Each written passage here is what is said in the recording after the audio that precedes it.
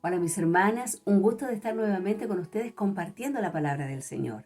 Y en esta ocasión me ha tocado compartirles Salomón pide sabiduría. Esta porción de la escritura está en el segundo libro de Crónicas en el capítulo 1. Vamos a empezar a leer. Verso 1 dice así. Salomón, hijo de David, fue afirmado en su reino, y Jehová su Dios estaba con él, y lo engrandeció sobremanera. Y convocó Salomón a todo Israel, a jefes de millares y de centenas, a jueces y a todos los príncipes de todo Israel, jefes de familias. Y fue Salomón y con él toda esta asamblea al lugar alto que había en Gabaón, porque allí estaba el tabernáculo de reunión de Dios que Moisés, siervo de Jehová, había hecho en el desierto. Verso 6. Subió pues Salomón allá delante de Jehová al altar de bronce que estaba en el tabernáculo de reunión y ofreció sobre él 1000 holocaustos. Nos vamos a detener un poquito ahí.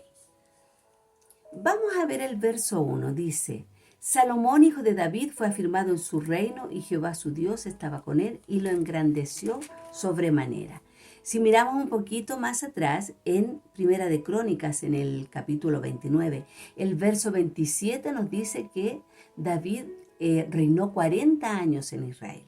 Y miren lo que dice el verso 28, dice que murió en buena vejez, lleno de días, de riquezas y de gloria, y reinó en su lugar Salomón su hijo. O sea, Salomón ahora recibe el reino, un reino que ya tenía riquezas y ya tenía gloria, ¿ya? Eso heredó Salomón, un reino establecido, ¿ya? ¿Qué más podemos ver? Que tenía toda la aprobación de Dios. Dice que Dios estaba con él y lo engrandeció. O sea, tenía la bendición de Dios Salomón. Así empieza su reinado. Veamos el verso 2. Dice, y convocó Salomón a todo Israel, a jefes de millares y de centenas, a jueces y a todos los príncipes de todo Israel, jefes de familias, y fue Salomón con él y toda esta asamblea al lugar alto. Aquí dice la escritura que Salomón convoca al pueblo, convocó a los importantes, ¿cierto? A las familias, y él hace su primer acto, podríamos decir, público de reconocimiento a Dios, ¿ya? Lleva a todo el pueblo con él también a ofrecer sacrificios al Señor. Este es un acto público de fe. O sea, aquí él demuestra cuál es su Dios, podríamos decir, ¿ya? Podemos decir que David no solo le heredó un reino establecido con riqueza y gloria, sino que también le heredó una fe, un amor. Miren, esta misma historia está relatada en Primera de Reyes en el capítulo 3. Y miren cómo empieza aquí, capítulo 3, en el verso 3 dice, mas Salomón amó a Jehová, andando en los estatutos de su padre David. Y agrega, solamente sacrificaba y quemaba incienso en lugares altos. O sea, Salomón empieza su reino amando a Dios. Lo amó de una manera especial, sí. Dice, andando en los estatutos de su padre David. A mí se me imagina que David le heredó este amor a Dios, a Salomón. Le heredó esta fe, ¿ya? Porque dice que amó a Dios andando en los estatutos de David, su padre. O sea, una formación, una fe que le dejó David, ¿ya? Pero sigamos, mire. Y dice que subió, ¿cierto?, con todo el pueblo y ofreció 1000 holocaustos. Y el verso 7 dice, y aquella noche apareció Dios a Salomón y le dijo, pídeme lo que quieras que yo te dé. Pídeme lo que quieras que yo te dé. Qué tremenda proposición de parte del Señor, de parte de Dios. Pídeme lo que quieras. Salomón podríamos decir que es el único hombre en la historia en que Dios se le ha aparecido. A todo esto, Primera de Reyes dice que se le apareció en sueños, ¿ya? Vamos a aclarar eso. Se le apareció Jehová a Salomón en Gabaón una noche en sueños, dice el verso 5 de Primera de Crónicas, capítulo 3, ¿ya? Se le apareció en sueños y le hace este ofrecimiento maravilloso a Salomón. Pídeme lo que quieras que yo te daré. Y aquí yo me pregunté, ¿por qué el Señor le haría tal proposición a este rey? Y indagando aquí, buscando, encontré esta porción de la Escritura que quiero compartir con ustedes. Miren, dice la palabra del Señor, aquí nos vamos a remontar bien atrás, ¿ya? Salomón es hijo de Betsabé, ¿ya?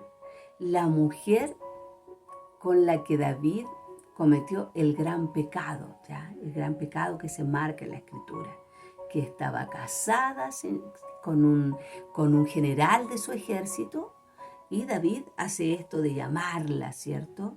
Y de tener intimidad con ella. Bueno, dice la palabra del Señor que David fue juzgado por el Señor le dio ahí un castigo, murió ese bebé que nació, para las que conocen toda la historia. Pero miren lo que yo encontré, que quiero compartir con ustedes, que lo encontré hermoso. Miren, dice el 2 de Samuel, capítulo 12, el verso 24, dice, y consoló David a Betsabé su mujer, llegándose a ella y durmió con ella. Y ella le dio a luz un hijo y llamó su nombre Salomón, al cual amó Jehová. Qué interesante, amadas. David tuvo un hijo con Betsabé, un hijo que fue de un acto de pecado, ¿ya? Porque ella estaba casada con otro hombre.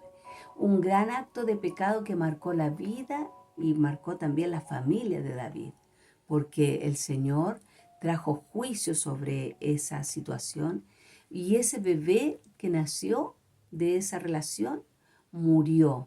Dice la Escritura que David le pidió al Señor, que se vistió de cilicio, que ayunó, que le pidió que no muriera el niño, pero el niño murió, vino ese juicio.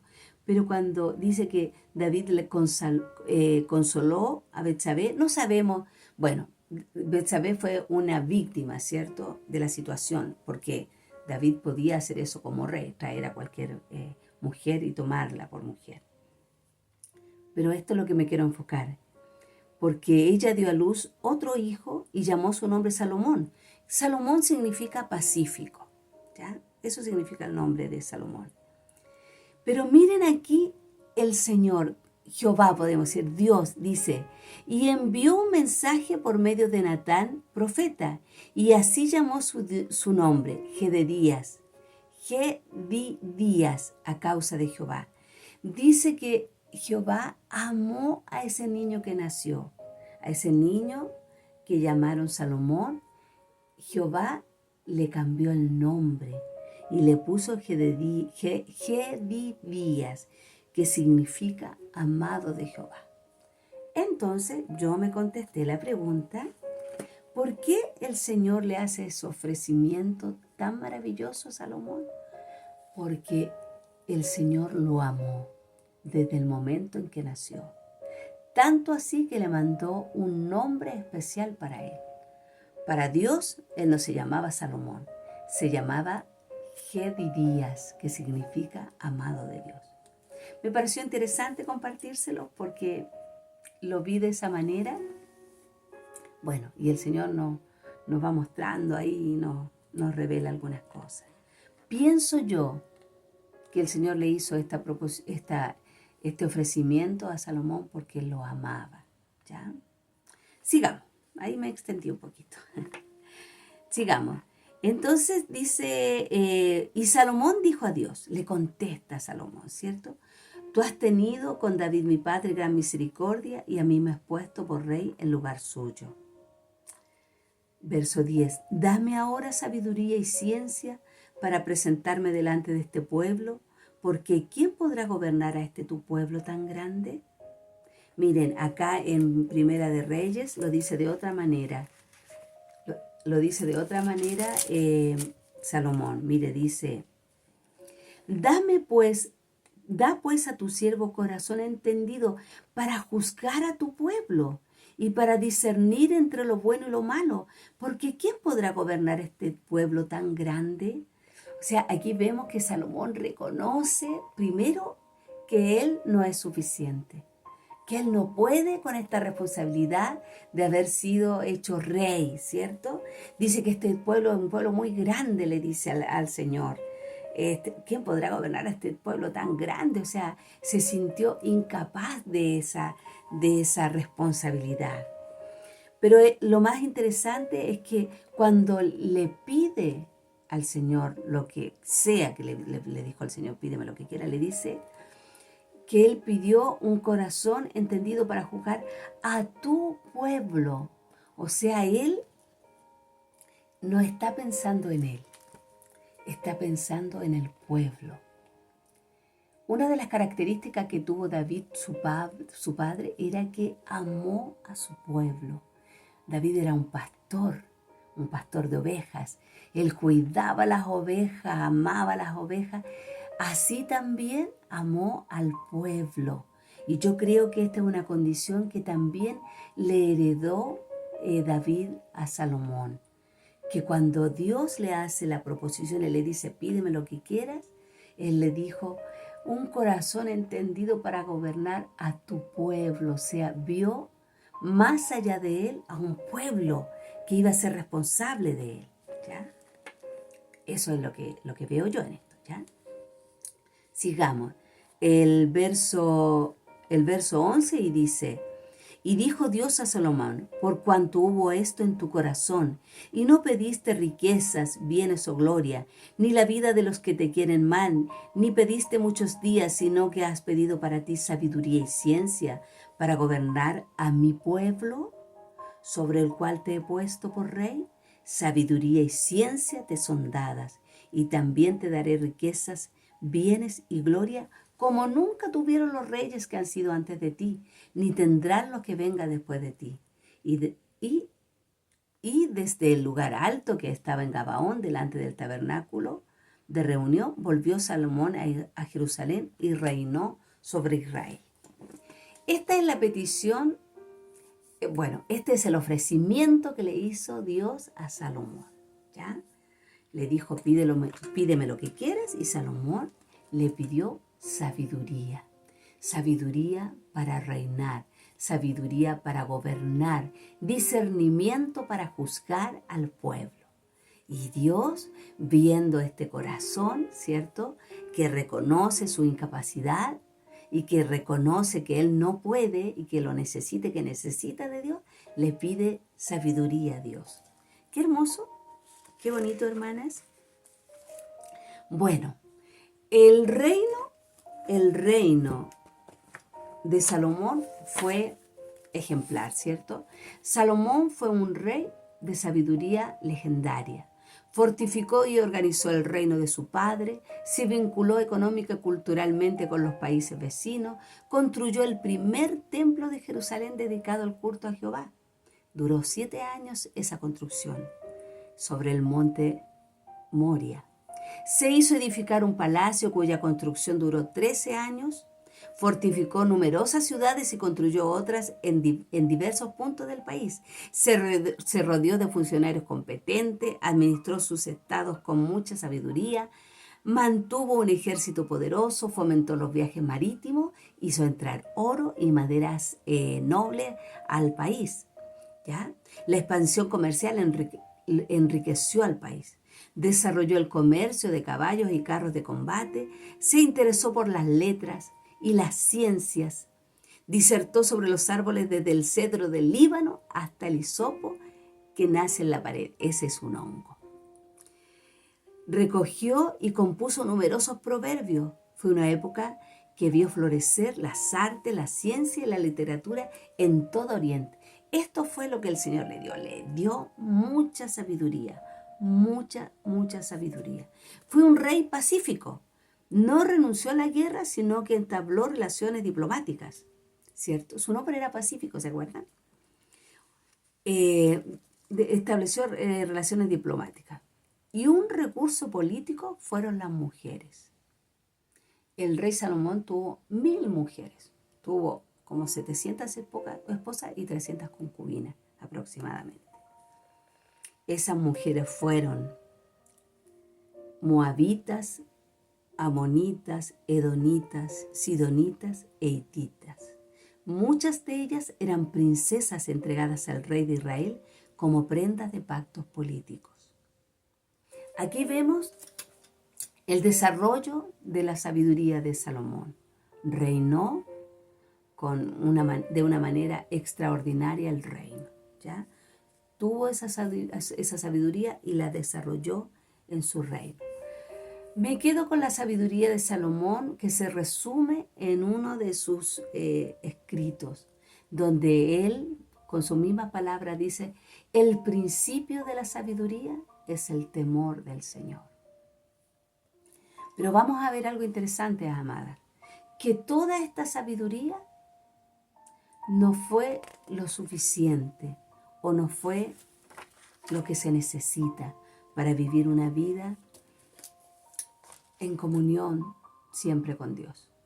Esto es lo que yo he rescatado de estudiar esta porción de las Escrituras. Miren, cuando David le hereda a Salomón el reino, podemos decir que lo hizo por voluntad propia, pero en Primera de Crónicas, en el capítulo 28, en el verso 5 dice, aquí está hablando David, dice: y de entre todos mis hijos, porque Jehová me ha dado muchos hijos, eligió a mi hijo Salomón para que se siente en el trono del reino de Jehová sobre Israel. Dios eligió a Salomón. Dios amó a Salomón desde el momento en que nació y lo eligió para ser el sucesor de David.